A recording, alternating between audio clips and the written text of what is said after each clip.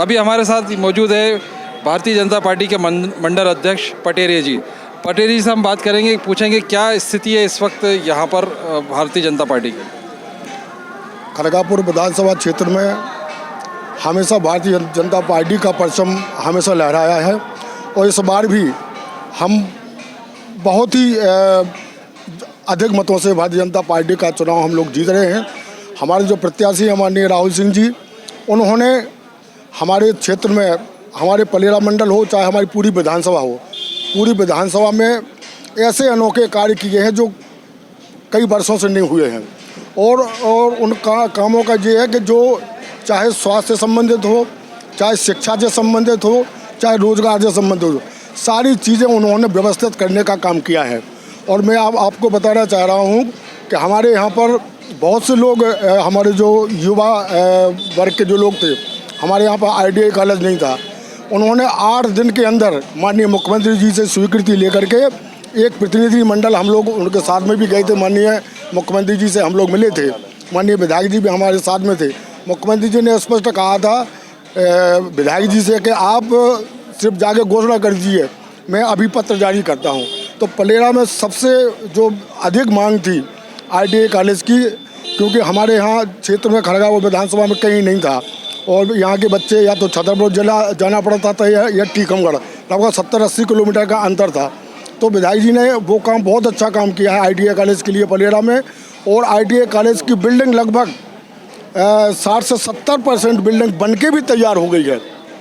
दूसरी चीज़, हमारे यहाँ CM राइज स्कूल, खड़गापुर विधानसभा में मध्य प्रदेश में एक ऐसी विधानसभा है जहाँ पर 2 CM राइज स्कूल में हमें मिले हैं। एक हमें पलेरा में मिला है, दूसरा हमें बल्दोगढ़ में मिला है। और तीसरी हम आपको बात बता दें, हमारे यहाँ जो युवा पीढ़ी, जो बच्चे थे, जो खेल खेलने के लिए उत्साहित रहते थे हमेशा कि हमें खेलने के लिए मैदान नहीं है, हम कहाँ क्रिकेट खेलें, कहाँ वॉलीबॉल खेलें, तो उन्होंने लगभग 1.5 करोड़ की लागत से पलेरा में स्टेडियम का निर्माण भी कराया है। और इसके साथ साथ हमारे मुसलमान भाइयों की मांग थी, काफ़ी समय से चली आ रही थी कि जो हमारा कब्रिस्तान है वो एक चिन्हित जगह नहीं है, लेकिन उन्होंने उनकी मांग को भी स्वीकार करते हुए वहाँ पे 40 लाख रुपए की लागत से लेकर बाउंड्री वाल का भी निर्माण कराया है। पलेरा में अटल पार्क के नाम से लगभग 12 पार्क यहाँ पर निर्माण हुए हैं, जो माननीय विधायक जी की हमारी देन है। यहाँ पर भारतीय जनता पार्टी का प्रत्येक कार्यकर्ता उत्साह के साथ पूर्ण रूप से काम में लगा हुआ है।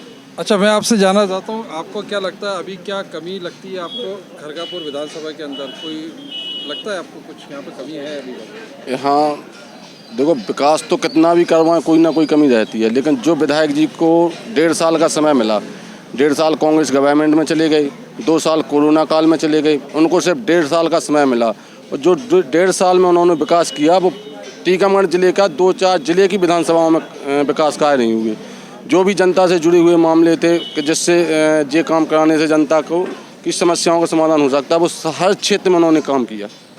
मंत्री बनने के बाद में क्या हुआ, मतलब राहुल गांधी जी ने कुछ नया कुछ किया? देखो, मंत्री बनने में उतना समय कम था उनके पास। मंत्री बनने में उन्हें समय 40 दिन का समय मिला, तो उस 40 दिन में 10 दिन तो उनको मंत्रिमंडल का जो भी विस्तार हुआ उसमें ही निकल गई, वहीं के वहीं 30 दिन का समय मिला। उसके लिए उन्होंने जो भी मतलब आगे के लिए सोच रखा है कि विधायक तो वो बनेंगे और सरकार भी बनेगी और मंत्री बनते हैं, तो उनको जो कुछ काम उन्होंने सोच रखे थे वो पूर्णतः नहीं हो पाए। तो वो अपन नहीं बोल सकते कि कुछ हुआ, लेकिन उन्होंने बहुत सारे उद्योग, लघु उद्योग के उस हिसाब से कि अपने यहाँ का लोग पलायन ज़्यादा करते हैं बाहर, तो अगला उद्देश्य ये है कि इस चुनाव के बाद यहाँ के लोग पलायन नहीं करेंगे। ये हम लोग हर बार देखते हैं यहाँ पर कि जो लोग ज़्यादा यहाँ से पलायन करते हैं, लोगों को यहाँ पर रोज़गार की कमी है, लेकिन ये बात होती है कभी रोज़गार आपको देखने को मिला कि जिससे रोज़गार बढ़ा हो यहाँ? देखो, आपको बता दें, जो लोग काम करने जाते हैं उन्हें तो कोई नहीं रोक पाता।